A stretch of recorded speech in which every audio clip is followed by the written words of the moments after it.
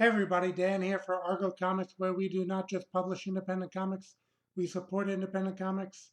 And this is the Indie Monster Haul for this month. Uh, what I will tell you is that in supporting independent comics, we could use your support right now on our Kickstarter.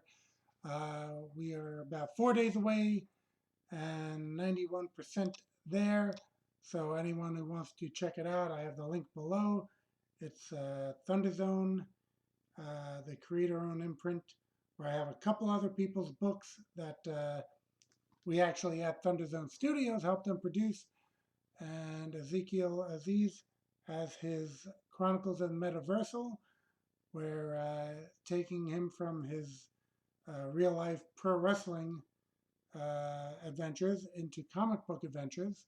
And we also have Sergio Willis's Dragon Manx, which is a story of vampires, superheroes. There's an interesting twist with children going missing in the upcoming Great Teddy Bear Wars. Again, descriptions will be at the Kickstarter. Just go to the link. 4 days left. We're 91% to goal, so we're almost there. Anyone can just check out that link. Any backing or sharing would be greatly uh, appreciated. All right. So, and in talking about that Kickstarter, actually, I have from Kickstarter a book I backed, Standard Comics Sentinels, number 275, but they had kind of done some type of thing where they made it like they were a lost Silver Age book. So this might be the fifth or sixth issue, I think. At some point, I think they had the cheat numbering to let you know what actual issue it was. Maybe I'm just imagining that. I don't see that, but yeah, I noticed again this was Kickstarter. They must have had a level to get a little pinup of your character into the back of the book, because you see a whole bunch of indie characters here. And again, we have Chronicles of the Metaversal. There is Meta right there. See Meta Prime, created trademark copyright, Ezekiel's on Azib. So, you do have his book now available on our Kickstarter. That is actually the character. Just coincidental that I'm able to show you that with this book I got on Kickstarter. And the Sentinels is a mixture of original characters and public domain heroes. This is a script by Roy Johnson, art, pencils, inks, colors, letters, Fish, Lee, Flats, Shane, Siu. So, and this is Standard Comics. And I've gotten each issue, so that should tell you that I do like the book.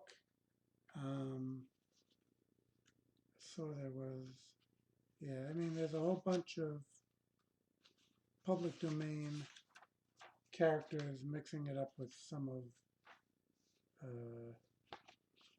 here's a good example of the art. Fish Lee is a great artist. I think this is actually the Green Giant. He's in brown on this. But yeah, a lot of TNT Todd as a public domain character. So some of the public domain characters I do recognize. I mean, they have a roll call on the first page, but I'm not sure breaking that down. Yeah, Tarantula, I think, was a public domain. There's actually a couple handbook style pages in the back. So Wiz Wilson, I guess they do the handbook style characters for characters who haven't appeared yet, or perhaps who don't have entries in the standard comics encyclopedia, which they have, kind of like all the handbook style entries of who's who. We have an Antarctic Press issue of Exciting Comics that has Carlos Raphael's New Remarkables on the cover, which is a book that I backed on Kickstarter. Now it's getting kind of serialized here along with Dominion Jack. So yeah, new Remarkables with Liberty and Justice for All. So it's written by Carlos, as I said, Raphael. Art by Leandro Sandoval. Colors by Gabriel and Mario Ralden. Lettering by Francisco Zamora. Edited by Dan Hoynes, who is the creator of Thunder Woman. So yeah, I like this. You gotta kind of tell people who's who sometimes when you introduce these new characters. So that's always a good method there. Get those name boxes in.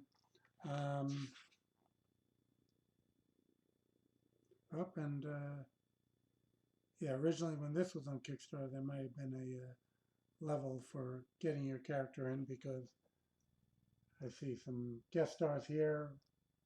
Mally Simpson's Marvelous, the one I'm familiar with. So,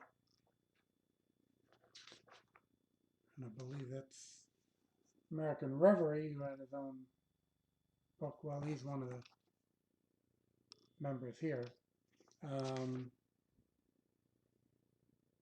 Let's see. Yeah, overall, just some really good stuff. Dominion Jack has a pretty cool art style as well. Really like that. Story Jack Briglio, art U Rookward, colors Chosen Studios, Bo Creative, letters Marvin Mariano and Steve Legg. So yeah, it's kind of psychedelic, but well done. So yeah, that's by Antarctic Press. Carlos has his own Champion Comics, and that is where the Remarkables were originally published, and I got that, and I got this. Let's see. Another Kickstarter comic. I'm backing Silverline Comics. It's Cat and Mouse Defeated. Is this the end of Cat and Mouse? So this is Cat and Mouse number 4. Okay, it's a revival of Roland Mann's Cat and Mouse, which was put out a while back by Malibu Comics.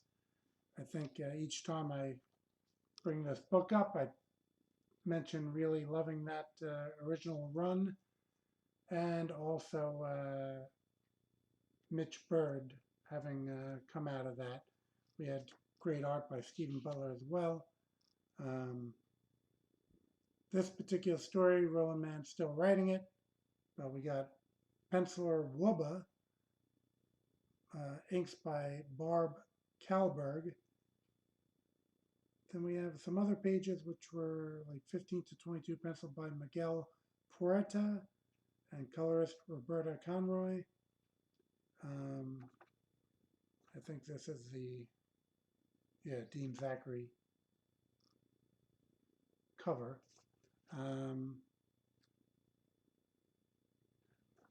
And that's this character with the 3 tails of the demon, who is the holdover from the original Cat and Mouse series. Demon even had his own little spin-off. I have all that stuff still.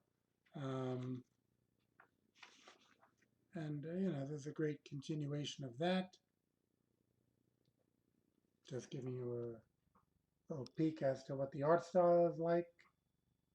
Silverline is going to bring you some good quality, which is, again, why I'm backing them on their Kickstarters.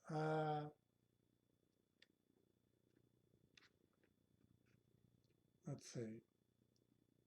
Yeah, there's a good shot of the demon. He was always a cool character. Silverstorm was another book that I liked that they put out. I think they revived that a little bit in, I guess, John Metch was doing something with them and Sniper and Rook. But right now, I don't think anything's being done with them. That was a good title, though. So, again, that's Silverline. Fearless Dawn, The Bomb, #2 of 4. Steve Mannion. We've had a number of his books as of late. Again, sometimes he does color, sometimes he does watercolor, sometimes he'll do just pure inks, sometimes he'll do pencil. Grayscale, you can never tell what you're going to get, but it's always good quality. That's really what counts. So that's some grayscale stuff he did, and then earlier, it's more towards just plain inks with some grayscale. A very expressive work.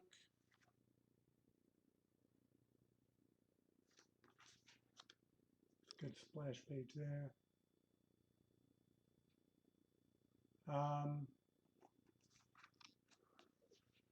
Rick Veitch, Will Eisner. I'm trying to think of what possible influences I might see in the work. Every artist has a number of influences. But that's Asylum Press, Fearless Dawn, which, I pick up whatever I see with that. So that's my recommendation that you do. Same. Phil Mouse, Near X. Okay, there's another one I backed, Dark Seas. It's #1 of 3. People know that actually from my Argo Comics line, Bill drew a number of issues of Sorority of Power. He drew the Leopard Lass versus Gladiatrix story. He drew some pages in Argo 5 where Nira X actually appeared. Let me see here. So, in collaborating with him, it's obviously I do so because I love his work. And he has a good splash page with Nira X. So again, she did appear in Argo 5 #3. Yeah, way back. I was lucky enough, it was a chapter with a lot of different independent characters in different chapters, and Bill did the pencils and inks on his own chapter in that book, Near X meeting Argo 5. And longtime fan of Near X, so I was thrilled to have that. And Bill does the whole thing here, but with the assistance of his daughter, Cat Mouse. So Bill Mouse doing a good portion of this with Cat Mouse assisting. And yeah, it's just work that you do not want to miss. That's all I'll say on that. And, you have to follow him on Kickstarter as well, because then you can get some Kickstarter exclusive signed editions. And there's art rewards and stuff. Bill's among my favorites, so there's actually a fold-out cover. So it's not something that you would want to miss. Committed Comics. He had been published in Entity, in Avatar, Parody Press. These were some of the places you would be able to find Bill's past work, and definitely seek out his new work. Yeah, a lot of these are Kickstarter books I'm going through. The Mighty Might, There's number 2,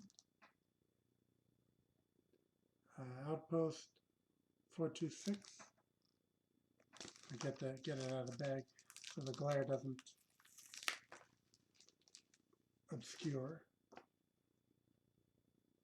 Oh, it is on the back cover actually. Outpost 426, Mighty Might,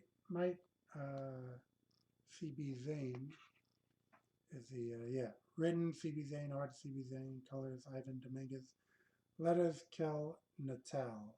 Then there's a backup story, Day and Night, written by Luis Torres, art by Tom Capung, colors Tom Capung, letters Luis Torres. So Mighty Might, super strong character. I wasn't quite sure, like this is a great cover. Gotta say, this is the one that I picked. Oh, it's not focusing in here.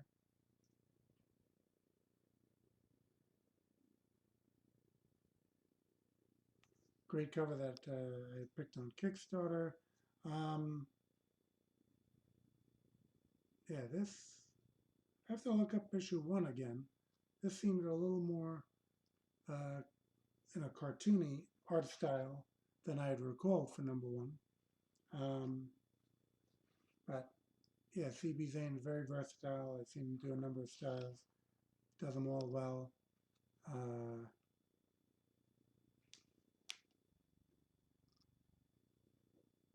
Look at some of the art. And the backup story has a different style, more of a manga, I'd say.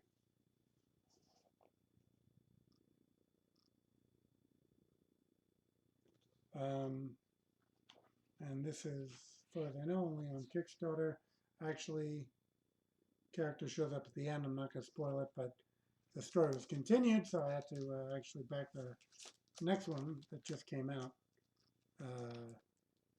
But I think it actually wrapped up, so otherwise I would spoil it and just let you know that you can back the next one. But yeah, if you look up the company Outpost 426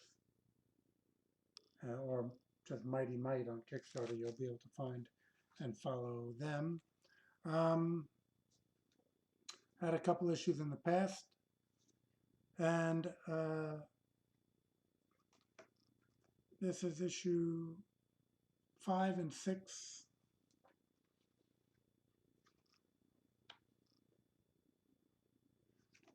Let me just hit 5.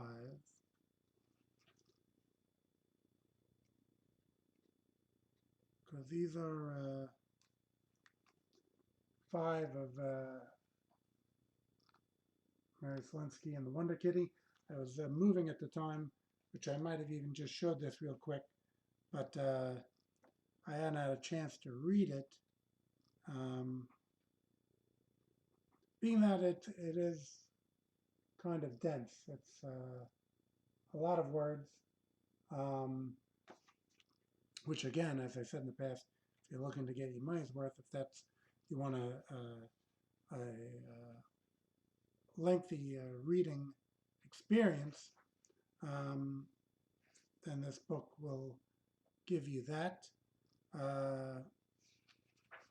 And they are, okay, again, Mary Selinsky and the Wonder Kitty. So that's those 2 female characters. Okay, so they have a day job working at a newspaper as reporters, and then they also have a secondary job of being government employees or military employees, and then they are also superheroes. So they don't really have costumes per se, but here in this issue they do turn into what they kind of more or less as their costumes. That's kind of small, let me see. Yeah. Those 2 looks. being as close to costumes as they've had so far. Um, let's see. So, where is it? The Heist Part 2. So they had been framed for stealing something out of a museum, an artifact. There's actually a recap of issue 4 right here. So this villain there, who shows up a bit later, you can see that he has long hair. Taking off the mask, you couldn't quite see that. So yeah, he framed them. They're on the run from some government official who was left in charge of them while their regular commander went out of town, I think to the Arctic to oversee something else. And again, mentioned a cartoony style. This is more, it almost reminds me of like Schoolhouse Rock or something, if anyone is old enough to remember that, with Conjunction Junction. So, yeah, they, let's see here. They get accused of doing this crime. There's a interlude where some soldiers are going to use a helicopter. Like these 3 soldiers. Yeah, I guess he's differentiating them by skin color. I would have liked throwing a mustache on one of them maybe, just to so you know who's who. Yeah, so they're going to make some elaborate scheme to keep the commander away from being able to use the helicopter, so that perhaps they can, as a British soldier who's been helping that guy, helping them, and they outline how they're going to, I guess, get a helicopter to get the girls away, while the other helicopter, I think, gets dismantled or something for maintenance. So, yeah, the British soldier who I think is eyes for Mary Selinsky there. He's going to take them and flies them off. And then they have an elaborate scheme to get away from the commander who's chasing them by putting their clothes near some train tracks to make it appear like they jumped on the train.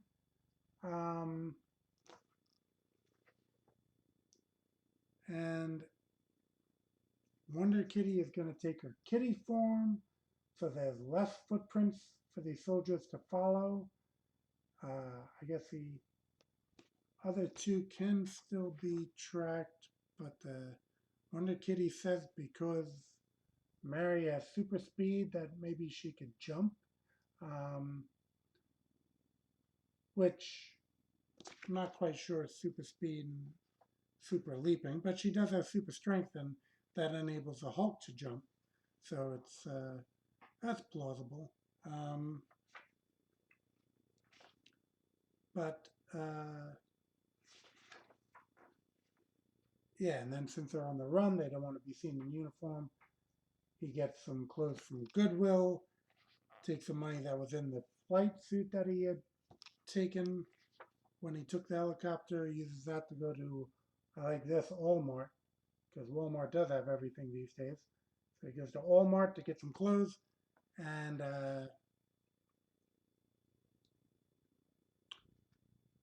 ends up, as I said, picking up some clothes. They need a ride to get to where they're going, and this farmer says my truck has to go to where you're going, so you could take the truck there. And I guess that guy is very trusting that they're not just going to ride off with his truck. Um, so that's a good shot of showing you when Wonder Kitty turns into her kitty form. At one point, she also roared like a lion, so she might be able to turn into different cat forms rather than just the house cat. Because again, it appears she changed into a lion at one point. And I won't spoil the ending, but those who want a letters page, they do have one, and we even have an interview by comic creators. So this is a Steve Shipley interview. So that's pretty cool. So this is Carrales Studios Productions presents, and I've often had issues of Yeet on this Indie Comics Monster Haul. So Yeet is a book that's available on Patreon. They reprint some of these stories with Improbable Girl and Wonder Kitty. Or Mary Selinsky's Improbable Girl. So you can go to Patreon, and if you're a patron of that, Yeet, then you will have those issues showing up whenever a new issue is printed. So Yeet, I guess, has been a popular phrase on WWE as of late with Jimmy Uso or Jey Uso saying Yeet all the time. So they must be readers. So if it's good enough for them, it must be good enough for you. Then I had this book again from Kickstarter, The Art of Arthur Adams. Flesk Publishing put this out. Flesk. It's like flesh with a K at the end. And this is kind of a retrospective of Art Adams' work. One of my favorite artists. This was a no-brainer. The style, the detail, everything about Art Adams' art. He's easily within my top 3 of all time. It's just his level of craftsmanship and detail are just next level. And it's kind of a big book, so can't really crack this open too wide. Monkey Man O'Brien was his creator-owned series, which maybe in Kickstarter that would be a good place to bring them back, because quite often, I guess, he'll do covers for Marvel and DC.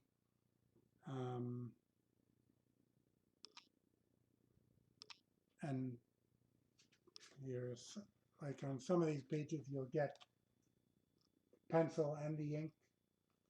So great to see that process. Yeah, it's just, I mean, from way back with Long Shot all the way throughout, I've gotten anything I can that has his name on it. And it's always phenomenal work. So this book, I believe, had a general release after the Kickstarter. So there were some Kickstarter prints and everything, stretch goal mini prints that made it worth your while. One of them's autographed, actually, so that's very cool. Met Arthur Adams at a couple conventions where I was exhibiting for Argo Comics, and he was always a real pleasure to encounter and talk to and get anything from. So highly recommend this if you're a fan of his. As usual, I forgot at the beginning of the video to say please like the video, subscribe to the channel. That'll give more exposure to all these great indie books. Again, please check out our Kickstarter for Thunder Zone Comics, which is kind of like a creator-owned imprint of Argo Comics. So it's a shared universe, kind of like the early Image universe, where all the creators are existing in one universe and can interact as they see fit uh, in that universe. So Thunder Zone has really been a fun project. These are our two newest titles from Thunder Zone, and actually, the Chronicles of Metaversal will be our first uh, time where we're actually seeing that crossover, and the fact that Ezekiel's meta uh, is meeting. It kind of looks like they've already had an established relationship, but in comic terms, meeting Realmer X, which is from Damian Waldron. Um, So we'll have that occurring. This will be your first hints of that bigger universe.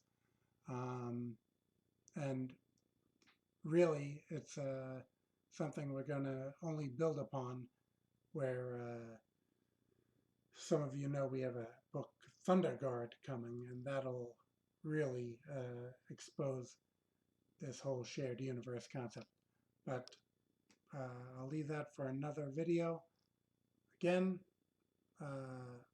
please like and subscribe. Put this video, put the bell on for notifications so you're the first to know when we put out a new one. And thanks for stopping by, and we'll be back with more indie comics.